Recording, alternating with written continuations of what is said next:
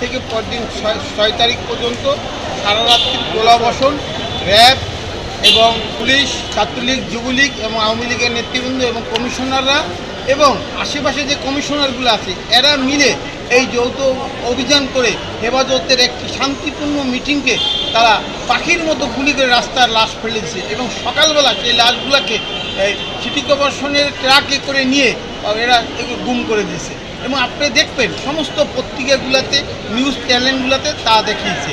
এবং আপনারা সবচেয়ে আরেকটি জিনিস, দিগন্ত টিভি তখনই বন্ধ করে দিয়েছে। দিগন্ত টিভিতে সব কিছু ফুটেজ সেখানে আছে, সেখান থেকে আপনারা নিতে পারবেন। দিগন্ত টিভির তদন্ত করে সেখান থেকে আপনারা সমস্ত ফুটেজ, কত লোক মারা গেছে, প্রথম আলো এবং যুগান্তর এবং ইনকিলাব, ইত্তেফাক, তারপর সংগ্রাম, নয়া দিগন্ত, সেই পত্রিকাগুলো প্রত্যেকটাতে লেখা আছে 1800, অনেকটা আছে 2000, অনেকটা 3500 আছে, অনেকটা আছে 250।